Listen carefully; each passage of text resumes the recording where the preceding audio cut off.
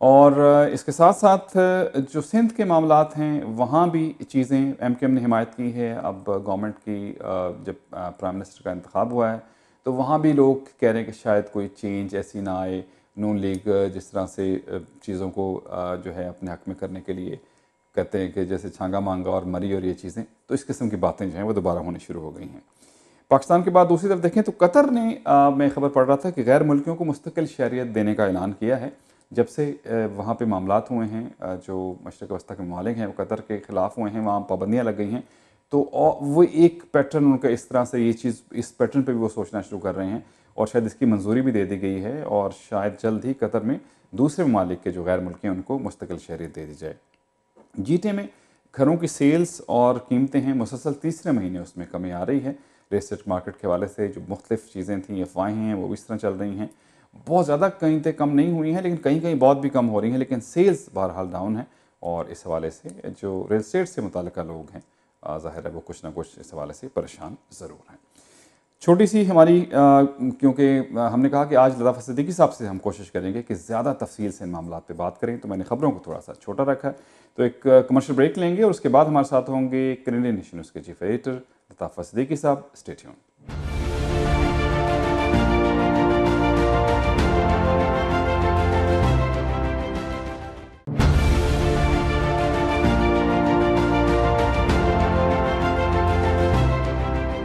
آن with Arshad Bhatti میں آپ کو ایک بار پھر خوش آمدید. بہت شکریہ کہ آپ ہمارے ساتھ ہیں. اور ہمارے ساتھ ایز یوزول ہیں لطافت صدیقی صاحب، کینیڈین نیشن نیوز کے چیف ایڈیٹر ہیں. ہم ان سے گاہے بگاہے ہر پروگرام میں آلموسٹ جو ہے ان کی رائے بھی لیتے رہتے ہیں، کیونکہ ان کی رائے امپورٹنٹ بھی ہے اور چیزوں کو بہت اچھی طرح سے اسٹڈی کر رہے ہوتے ہیں، اخبار کیونکہ جا رہے ہوتے ہیں. اور پھر جو صحافی ہیں اور یہ جینون جسے ہم کہیں گے صحافی ہیں، تو تمام چیزوں کو دیکھ اور لوگوں سے بالکل انٹریکٹ بھی ہو رہا ہوتا ہے. لطاف صاحب السلام علیکم. جی وعلیکم السلام بٹی صاحب. میرا خیال یہ ہے کہ پھر آپ کی باری ہے، آپ یہ پوچھنا چاہتے ہیں کہ میں تو یہ کہہ رہا ہوں کہ وہ مجھے یاد آ رہا کہ مرض بڑھتا گیا جوں دوا کی. چلیے اسی موضوع پہ بات کر لیتے ہیں. اور میں یہ سمجھتا ہوں کہ دفعہ 62-63 کے تحت ایک وزیر اعظم کو گھر بھیجنے کا سپریم کورٹ کے فیصلے کے بعد پاکستان میں مجھے یہ لگتا ہے کہ پنڈوراز باکس کھل گیا ہے. یہ یوں سمجھ لیجئے کہ پاکستان میں ایک بھوچال یا ایک طوفان آ گیا ہے. اور اگر آج کوئی یہ کہتا ہے کہ سب کچھ ٹھیک ہو گیا ہے یا سب کچھ ٹھیک ہو جائے گا تو میرے خیال میں یہ اپنے آپ کو دھوکہ دینے والی بات ہے. دراصل وزیر اعظم نواز شریف کو کمزور گراؤنڈز پر ڈسکوالیفائی کیا گیا، جس کے نتیجے میں نواز شریف کے مخالفین بھی عدلیہ کے سامنے آ کر کھڑے ہو رہے ہیں. اور مجھے نہیں معلوم کہ اس کا کیا نتیجہ نکلے گا. عام طور سے پاکستان میں ایک عام آدمی بھی یہ سوچ رہا تھا کہ نواز شریف صاحب کو اب چھٹی ہونے والی ہے اور یقینی طور پہ انہیں کرپشن کے چارجز پر گھر بھیج دیا جائے گا. لیکن ججز نے تو جنرل ضیاء الحق کی لائن پکڑی اور صادق اور امین کی بات کی. پاکستان میں کتنے لوگ صادق اور امین ہیں ذرا انگلیوں پر گن کر تو بتاؤ. جنرل ضیاء الحق نے 90 دن میں الیکشن کرانے کا قوم سے وعدہ کیا تھا اور 10 سال تک یا اس سے بھی زیادہ عرصے تک وہ اپنی حکومت کو قائم چلاتے رہے، اپنے رول کو پرلونگ کیا. اللہ انہیں جنت نصیب کرے. یہ دعا تو انہیں سب دیتے ہیں لیکن کوئی انہیں صادق اور امین نہیں کہتا. آج پاکستان میں بہت سے وکلا اور تجزیہ نگار یہ کہہ رہے ہیں کہ وہ نواز شریف کے کبھی حامی تھے اور نہ آج ہیں. لیکن ان ججز کا کیا کریں جنہوں نے اپنے فیصلوں کو کمزور بنیادوں پر کھڑا کیا. بہت سے لوگ یہ بھی کہہ رہے ہیں کہ ان ججز نے دراصل نواز شریف کی مدد کی ہے. ایک تجزیہ نگار کا مجھے بہت تبصرہ اچھا لگا کہ یہ بہار کیسی آئی جو خزاں بھی ساتھ لائی. یہ کیسا فیصلہ آیا جس نے عمران خان جیسے لوگوں کو ہیرو سے زیرو بنا دیا. یہ بات میں اس لیے کہہ رہا ہوں کہ مجھے ڈر ہے کہ کہیں عمران خان کو بھی 62-63 کے ذریعے بنی گالا نہ بھیج دیا جائے. پاکستان سے باہر وہ قوتیں یا اسٹیک ہولڈرز جو پاکستان میں افراتفری دیکھنا چاہتے تھے، ان کے ملکوں کے اخبارات لکھ رہے ہیں کہ عدلیہ کے اس فیصلے سے فوج کی حکومت پر گرفت مضبوط ہوئی ہے اور پاکستان میں جمہوریت کے کمزور ہونے کا امکان ہے۔ پاکستان کے سینٹ کے چیئرمین رضا ربانی نے کل کوئٹہ میں اس موضوع پر ایک بڑی تھاٹ پرووکنگ تقریر بھی کی ہے۔ میرے جیسے کم علم رکھنے والے اخبار نویس اور بہت سے غیر جانبدار تجزیہ نگار مسلسل کہہ رہے تھے کہ پاکستان میں سول اور ملٹری لیڈرشپ کو چاہیے کہ وہ افہام و تفہیم کے ذریعے مسائل کا حل تلاش کریں اور اپنا گھر ٹھیک کریں۔ کہیں ایسا نہ ہو کہ کل آپ کہتے پھریں کہ اس گھر کو آگ لگ گئی گھر کے چراغ سے۔ اور میں مرزا غالب کے ایک شعر سے کنکلوڈ کرنا چاہوں گا، اگرچہ اس شعر میں ایک بہت بڑے شاعر اپنی خلش کا اظہار کر رہے ہیں، لیکن موجودہ صورتحال کے لیے یہ بہت موزوں شعر ہے کہ جلا ہے جسم جہاں دل بھی جل گیا ہوگا، جلا ہے جسم جہاں دل بھی جل گیا ہوگا، کریدتے ہو تو اب راکھ جستجو کیا ہے۔ صحیح صاحب، چلیں یہ تو آپ نے کنکلوڈ کر دیا۔ واقعی جو بے یقینی تھی وہ ویسے کی ویسے ہی ہے، اور پرائم منسٹر جو سابق پرائم منسٹر ہیں وہ پرائم منسٹر نہ رہ کے بھی وہی کچھ کر رہے ہیں، وہی کابینہ کا اجلاس، وہی جو کابینہ کی اجلاس میں کہہ رہا ہوں معذرت کہ نئی کابینہ کی جو تشکیل ہو رہی ہے، ناموں کی فائنل وہی کر رہے ہیں، ابھی وہ لاہور جانے کی تیاری کر رہے ہیں۔ لیکن ابھی میں ایک دوسرے مسئلے بعد میں آؤں گا، جو نئے نام آئے ہیں وفاقی کابینہ کے حوالے سے، وہ میسج بڑا دو طرح سے ہم اس کو دیکھ سکتے ہیں کہ اگر فرض کر لیجیے اسٹیبلشمنٹ کی یہ خواہش تھی کہ شہباز شریف صاحب پرائم منسٹر بن جائیں، وہ تو بن نہیں رہے ہیں۔ وزیر خارجہ کی خواہش چودھری نثار صاحب کی تھی، اب کہہ رہے ہیں کہ وزیر خارجہ جو ہیں وہ بن رہے ہیں خواجہ آصف، اور وزیر داخلہ احسن اقبال، جو دونوں دوسری طرف کے۔ تو یہ میسیجز تو اب ایسا لگ رہا ہے کہ آمنے سامنے معاملات ہو گئے۔ جناب یہ تو لڑائی تو تھی نواز شریف کا میں جہاں تک ان کی سائیکولوجی کو سمجھتا ہوں، میری بڑی ملاقاتیں نواز شریف صاحب سے جدہ میں بھی رہی ہیں، لیکن اس کا یہ غلط آپ نہ سمجھیے گا کہ میں کبھی نواز شریف صاحب کا حامی تھا۔ میں ان کی صرف دو باتوں سے اتفاق کرتا تھا۔ ویسے میں ان کو کبھی 3 دفعہ وہ وزیر اعظم بنے، اللہ نے ان کو 3 دفعہ بنایا، ان کو مبارک ہو کہ وہ پاکستان کا یہ ریکارڈ قائم کیا کہ وہ 3 دفعہ وزیر اعظم بننے کا اعزاز حاصل کر سکے۔ لیکن میں شاید ان کو پرائم منسٹر کا پروڈکٹ اس طرح سے نہیں سمجھتا تھا، لیکن ان کی دو باتوں سے ہمیشہ میں اتفاق کرتا رہا ہوں۔ ایک تو انہوں نے ہمیشہ یہ بات کی تھی کہ دیکھو ہندوستان اور پاکستان کی قسمت میں اگر یہاں پر حالات بہتر کرنے ہیں، لوگوں کی حالت بہتر کرنی ہے، تو بھارت سے دوستی بھی کرو اور ٹریڈ بھی کرو، اور ٹریڈ اور دوستی کے ذریعے کسی نہ کسی طرح عالمی برادری سے مدد حاصل کر کے کشمیر کے مسئلے کو حل کرنے کی کوشش کرو۔ لیکن اگر صرف کشمیر کے مسئلے پر اڑے رہو گے تو نہ کشمیر کا مسئلہ حل ہوگا، نہ ٹریڈ ہوگی، نہ پاکستان میں کچھ ہوگا۔ اور دوسری بات ان کا نقطہ نظر یہ تھا کہ کبھی بھی سعودی عرب اور امریکہ سے تعلقات اگر آپ نے بگاڑے تو پاکستان کا پھر اللہ ہی حافظ ہے۔ لیکن آج آپ ساری چیزوں کو دیکھیں، آج آپ کے میں اس بات پہ بحث نہیں کرنا چاہتا کہ وزیر اعظم جو ہیں ان کو ضروری بھارت سے دوستی کرنی چاہیے تھی، اور بھارت کا وزیر اعظم تو وہاں آ گیا تھا، آپ کے لاہور میں آ گیا تھا، آپ کے گھر آ گیا تھا، اور آپ کو جانا چاہیے تھا لیکن آپ کو نہیں جانے دیا انہوں نے۔ تو بہرحال یہ تو پھر تاریخ بتائے گی کہ کس کا نقطہ نظر صحیح تھا، یا نواز شریف کو بھارت جانے دیا جانا چاہیے تھا یا روکنا چاہیے تھا، یہ تو آنے والے دن اور تاریخ بتائے گی۔ لیکن کیا یہ ممکن تھا کہ آپ امریکہ اور سعودی عرب سے وہ تعلقات نہ رہیں؟ امریکہ سے ہمیشہ لو اینڈ ہیٹ کی ریلیشن شپ رہے، لیکن دریا کے دو کنارے تو کبھی نہ تھے۔ سعودی عرب سے کبھی تعلقات ایسے تو نہ تھے جیسے آج ہیں، پوری مڈل ایسٹ سے تعلقات ایسے تو نہ تھے کبھی جیسے آج ہیں۔ تو میں یہ کہنا چاہ رہا ہوں کہ اب نواز شریف نے یہ سوچا ہوگا کہ تم نے وہ انہی کو میسج دے رہا ہے، مجھے تو میسج نہیں دے رہے ہیں نواز شریف کے کس کو وزیر داخلہ بنانا اور کس کو انفارمیشن، وہ تو بات کر رہے ہیں، وہ تو راول پنڈی کو میسج دے رہے ہیں۔ اور کل رضا ربانی نے ایک بڑی اچھی بات کی تھی جو ہم نے اپنے اخبار میں ایک ہیڈ لائن لگائی تھی کہ ہو ول ون اسلام آباد اینڈ راول پنڈی میچ، عمران خان اور نواز شریف، یہ ہماری ہیڈ لائن تھی اس سے پہلے جب فیصلے سے پہلے کی۔ تو رضا ربانی نے کہا کہ سب کو یہ سمجھ لینا چاہیے کہ ہمیں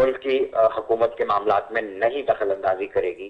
لیکن آپ نے پھر دیکھا کہ اچانک پھر فوج نے انقلاب لانے کی کوشش کی, اقتدار پہ قبضہ کرنے کی کوشش کی. تو پھر کیا ہوا, پھر عوام نکلے کہ ایسا نہیں ہونا چاہیے اور تم اپنے وعدے پہ قائم رہو. تو میں یہ کہنا چاہ رہا ہوں بھٹی صاحب, پاکستان میں جہاں اکنامک کنڈیشن بڑی خراب ہو وہاں ہر اداروں کو کیا پاکستان میں, پاکستان تو آدھا ٹوٹ گیا, تو کیا پاکستان کی آرمی کو اس بات کی فرصت ہے کہ وہ اپنی سرحدوں کی حفاظت کے علاوہ بھی کوئی کام کرے؟ صحیح, لیکن بہرحال آپ کی یہ دیکھیں پاکستان میں اس بات کی گنجائش ہے کہ آپ کے پاس, آپ کو پتا ہے کہ افغانستان کا کیا یہ اچھی بات ہو رہی ہے کہ افغانستان کا امبیسڈر جو ہے وہ پاکستان آرمی چیف سے مل رہا ہے, وزیر اعظم سے نہیں مل رہا؟ بالکل صحیح, بالکل. یہ بہت سی سوچنے کی باتیں چلیں, یہ ساتھ ساتھ ٹائمنگ بڑی امپورٹنٹ ہوتی ہے. دو واقعات ایسے ہوئے ہیں, میں تو اس پہ مختصر سا آپ کا جو ہے وہ تجزیہ چاہوں گا. پہلی ٹائمنگ پرویز مشرف صاحب کے بیان کی ہے, جو انہوں نے کہا کہ ڈکٹیٹروں نے ملک کو ٹھیک کیا اور جو سیولینز ہیں انہوں نے بیڑا غرق کیا. اس وقت اس بیان دینے کی کیا ضرورت ہے؟ پاکستان آرمی کو کسی دشمن کی ضرورت نہیں ہے. مشرف صاحب جو ہے کافی ہیں, وہ اس قسم کے بیانات دے کے مزید پریشان مطلب مشکلات بڑھانے والی بات ہوگی نا یہ اس قسم کا بیان. یہ تو آپ چاہ رہے ہیں کہ لوگ فوج کو, آپ مشرف کے اس بیان سے آپ یہی سننا چاہ رہے ہیں نا کہ فوج نے تو آدھا ملک توڑ دیا ڈھاکہ میں, ملک کو. لیکن وہ فوج کہتی ہے کہ سیاستدانوں کا کام ہے, فوج تو اس بات کو نہیں مانتی. الطاف صاحب نے فرمایا کہ یار سیاچن گلیشیر کی فکر مت کرو, وہاں تو گھاس بھی نہیں اگتی, وہاں تو گھاس بھی نہیں اگتی, اگر وہ چلا گیا تو کیا ہوا؟ تو کیا مشرف صاحب دعوت دے رہے ہیں لوگوں کو یہ بات کرنے کے لیے؟ اسی لیے میں کہہ رہا ہوں. لیکن الطاف صاحب یہ ڈیبیٹ تو ابھی تک ختم نہیں ہوئی نا, کہ مطلب جو آدھا ملک کس کی وجہ سے گیا, فوج سیاستدانوں پہ الزامات اس حوالے سے لگتے ہیں اور ساتھ ساتھ فوج پہ بھی لگتے ہیں. یہ تو فوج کو اب فضل الرحمان نے کیا بات کی ہے اسٹیبلشمنٹ کے بغیر, پیسے دے کے چھٹے ہیں, اس میں سب سے زیادہ تو فوج کی ہے. ہاں انہوں نے یہ بھی, نظر نہیں آتا کہ بلکہ ان کا آج کا بیان تو یہ تھا کہ سیاستدانوں پہ تو اکاؤنٹیبلٹی آپ کر رہے ہیں نا, تو فوج کی اکاؤنٹیبلٹی کوئی کرے گا؟ وہ ان کا اپنا سسٹم ہے. مشرف سے یہ کہہ رہا ہے یا مشرف کو یہ کہہ رہا ہے کہ ریڈ وارنٹ جس کے جاری کرو اور اس کو لا کے مقدمہ کرو. چلے خیر, وہ تو بالکل یہ بہت سی باتیں ہیں جن کا سوال کبھی ابھی تک تاریخ بھی نہیں دے پائی ہے اور نہ ہی پاکستان کے ملک کے لوگ دے پائیں. فوج کی تعریف کرنا, عدالتوں میں نہ پیش ہو کے عدالتوں کی تعریف کرنا, یہ صرف مشرف ہی کا کمال ہے کہ وہ یہ باتیں کر سکتے ہیں. اور دراصل ایک فرینچ میں ہوتا ہے جو ہے ایجنٹس پرووکیٹر, ان کا کام یہی ہوتا ہے کہ فوج کی حمایت کر کے آپ فوج کو گالی دلوا رہے ہیں نا. صحیح, مطلب کس چیز کے حق میں بات کر کے, اور اس کے لیے خیر یہ بات بالکل درست ہے کہ یہ اس موقع پہ ایسا بیان.